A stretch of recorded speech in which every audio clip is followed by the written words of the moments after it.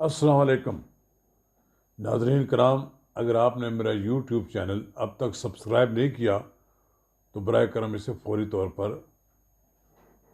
तौर पर अभी सब्सक्राइब करें। नाज़रीन कराम, बिल आखिर पाकिस्तान डेमोक्रेटिक मूवमेंट ने इस्लामाबाद की जानब लॉन्ग मार्च करने का ऐलान कर दिया। हम कह रहे थे बड़े दिनों से कि मार्च में मार्च होगा, लेकिन इसके लिए इसको तो कहा गया कि महंगाई मार्च है। ये महंगाई मार्च इस्लामाबाद की जानब होगा और पीडीएम ने महंगाई मार्च के लिए 23 मार्च का इंतखाब किया और 23 मार्च को भी यौम पाकिस्तान भी की तकरीब होती है। इस पर हुकूमत की तरफ से रद्दमल भी आ गया है। वफाकी वज़ीर दाखिला शेख रशीद अहमद ने भी पीडीएम से ये गुजारिश की है कि मार्च के बजाय वो अप्रैल में मार्च करें, लेकिन पीडीएम कहाँ शेख रशीद का मशवरा मानने वाली।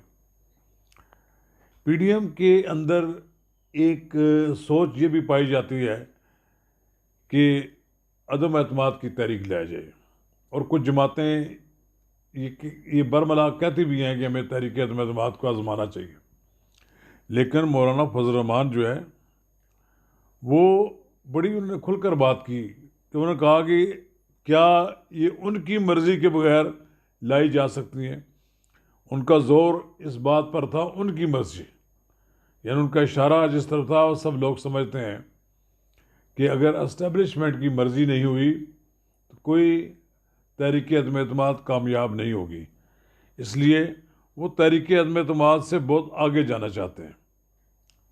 पीडीएम में वज़ीर आज़म इमरान खान, वज़ीर आला पंजाब उस्मान बुज़दार, चेयरमैन सेनेट और स्पीकर व डिप्टी स्पीकर कौमी असम्बली के ख़िलाफ़ तहरीक अदम एतमाद लाने पर कोई इत्तफ़ाक़ राय नहीं हुआ।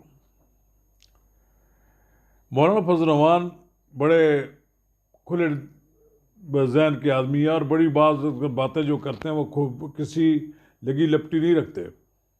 उन्होंने फिर इस बार ये कहा कि अगर आपने कुछ नहीं करना तो बर्खास्तन की कैफियत बरकरार नहीं है तो फिर कोई और सरबराह तलाश कर लें।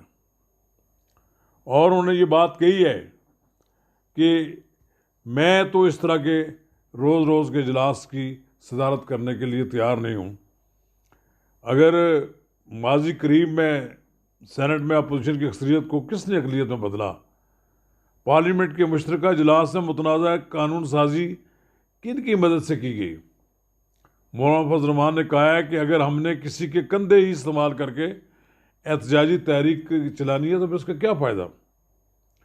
बहरहाल 23 मार्च सन 2022 को पीडीएम लॉन्ग मार्च करेगी और ये लॉन्ग मार्च जाकर इस्लामाबाद में डेरे डालेगा।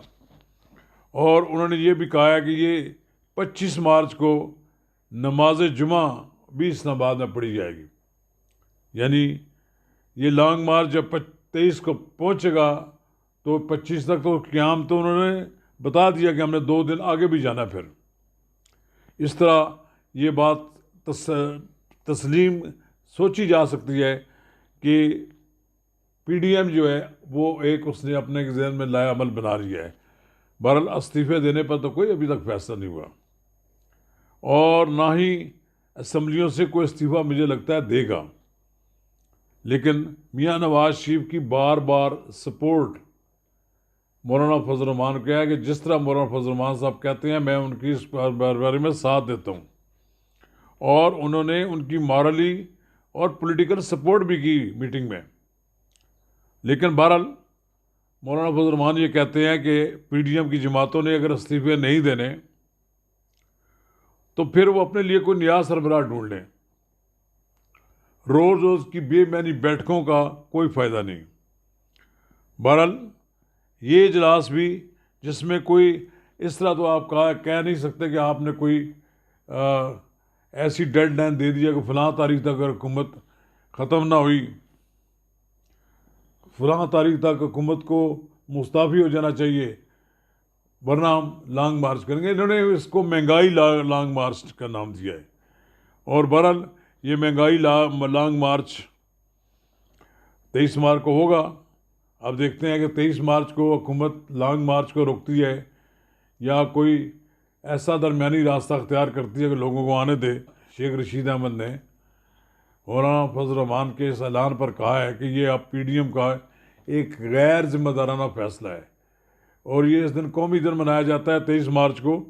इस दिन महंगाई मार्च ना करे तो बेहतर है। लेकिन मेरा ख्याल ये है कि शेख रशीद की बात पर कोई तवज्जो नहीं देगा, कोई शेख साहब की इस तरह की बातों पर कोई संजीदगी से नहीं लेता लोग नोटिस। लेकिन बहरहाल शेख साहब ने अपना फ़र्ज़ अदा कर दिया। उन्हें जहाँ से इशारा मिला उनके इशारे पर उन्होंने एक बयान जारी कर दिया। ये उसके बयान से ज़्यादा उसकी कोई अहमियत नहीं है।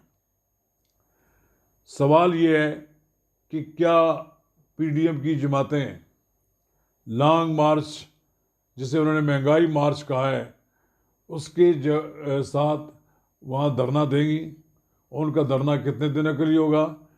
मेरा ख्याल ये है, जहाँ तक मेरी अपनी ज़ाती राय है, वो ये है कि इस वक्त जितनी भी जमातें हैं अपोजिशन की, वो चाहती हैं कि एक बार इस्लामाबाद में एंटर हो जाएं।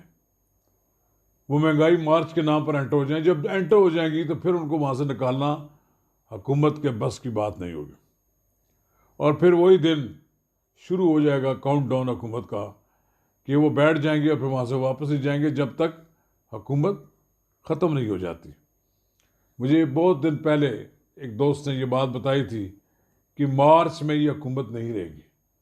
अब मुझे समझ आई बात हो कि उनका कहने का मतलब यही है कि मार्च में जो डबल मार्च होगा वो इसलिए होगा कि हुकूमत को यहाँ से छुट्टी करा के छोड़ेंगे।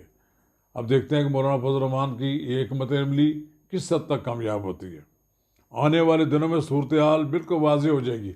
अब कम से कम एक डेड लाइन तो दे दी है कि उन्होंने कम से कम 3-4 माह का अरसा दे दिया तैयारी का कि हम वहाँ लॉन्ग मार्च करके जाएंगे। ये मौसम भी बेहतर हो चुका होगा इस्लामाबाद का और सियासी माहौल भी जो उसमें जो गर्मा गर्मी है वो भी पैदा होगी, नया मौसम होगा।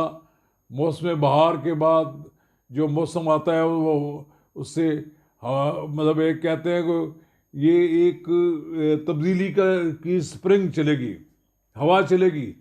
एक तब्दीली की जो हवा चलेगी वो इंशाअल्लाह ताला उनके ख़्याल में ये वो समझते हैं कि हुकूमत तब्दील हो जाए। मुझे लगता भी ऐसा है कि ये जो फ़ैसला है इसके अंदर पीछे कुछ ऐसे अवामल भी मौजूद हैं और जो इस बात की निशानदेही कर रहे हैं कि ये लॉन्ग मार्च अब की बार फ़ैसला कौन होगा। देखते हैं PDM